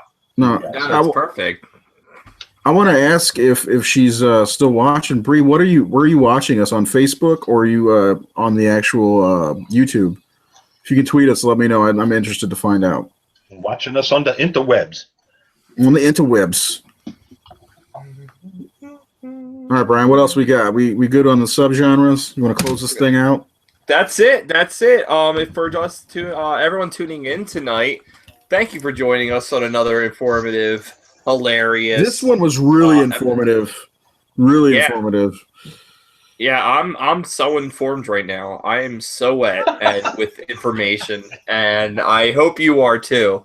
By the way, Morgan wants to take I don't know if she needs to take a shot or if we need to take a shot for every time she says, "Oh my God," or laughs during the Horror Syndicate podcast. Should we take her up on that offer on the next episode? I've been drinking Cadem grape juice. What was that screwdriver that Ray wants to drink? Phillips screwdriver. Phillips screwdriver. Somebody mentioned that on the Facebook the other day. She is watching on YouTube. Thank you. Yes, that's my own special concoction. When you come over to the Canella household for the holidays, everyone enjoys a good Phillips screwdriver. So I'm leaving in the morning. So yeah. I would take you guys up on the drinking game, except that I shoot so much heroin before we start that I really don't think. Right as I take a drink. I really don't think that it would be a good idea to put alcohol in my system as well. So why not? Just mix it up, buddy. Just the word to it. I could chase the dragon all night long. That's Hollywood, baby. I am from New Jersey, so. Yeah, no, that's Hollywood, baby. That's the name of this episode, Hollywood, baby. Oh man, heroin is huge in New Jersey. I'm just glad that one of us is using on the show. I can chase the dragon all night long, So kids, thank you for tuning in, kids. Yeah, if you want to find us, we have our episodes edited Friday night at midnight every week on YouTube, and then we'll also post a link up on Saturdays or Sundays. You can follow us individually, like myself, at Brian Enright on Facebook, or you can go to Twitter and you can follow me at The Horror Jew. I don't really do a lot on Twitter, but maybe I should do a little bit. You can go live now. I need to do a little more tweeting with my twat on Twitter, so I'm going to do that. Up next, we have Baron. Baron, where can we find you? You can find me on Twitter under Baron_Craze. Also, you can find me on Facebook under Baron Craze. And here's a little tidbit for our Baron's Crypt show at 6:30 on Friday night. We have a guest scheduled at 7 p.m. It'll be Troy, the director of the party night. He will be Troy Escamilla? Yeah. Escamilla. Fantastic. Yeah. Tell him I said sup. He'll be on for about a 20 to 30-minute interview. You know what to do with your questions. You set them in, and I ask them all. He is a member of the Horror Movie Massacre. Oh, yes, he is. And just to let everybody know, the Baron was drinking during the show, having Southern Comfort 100. Yes. So that's what I was drinking. That was my drink when I was 21, Baron. I applaud you, my friend. All right, who's next? All right, Jared, where can we find you at? It's kind of a hard act to follow there, Baron. You can follow me at Jared Letourneau on Facebook or zombie_survivor on Twitter. All right, Jared, thank you very much. Morgan, where can we find you at? You can find me on Twitter at Morgan_Joel_S. Yay! Awesome. Thank you very much, Morgan. Ray Zilla, where can we find you? Well, you can check out my dopey Facebook page at Ray Canella. Morgan's got a And friend. also, you can follow me on Twitter at RayzillaNJ. Awesome. Thank you very much, Ray. And last but not least, the president of the Horror Syndicate, the Fuhrer, Ray Zor. Hail to the chief. You guys can follow me on at Twitter, whatever it's called, at Razor_33. Yes. I also have a Facebook page. It's Rage of Razor on Facebook, and it's mostly superhero junk. Because I'm a budding comic book writer. I want to add one last thing. We didn't talk about Dread Central, but I want to tell everybody who's watching, we are doing this because we love horror. Period. None of us get paid. Except for I send Baron crates of Southern Comfort every week. But other than that, and also I just want to put the word out there. We are always looking for new talent to write for the Horror Syndicate. Just hit me up or email us at thehorrorsyndicate@gmail.com if you want to possibly write for us. Morgan, mute your microphone. All right. Well, thank you for tuning in. And before we go, if you would like to see more of Linnea Quigley, you can go to xvideos.com, ujiz.com, uporn.com, pornhub.com. It's just simulated masturbation. Or you can go to screambox.com. All right. Well, thanks for joining us, everybody. Thanks, and have everybody. a great evening. Oh, I got to stop it, don't I?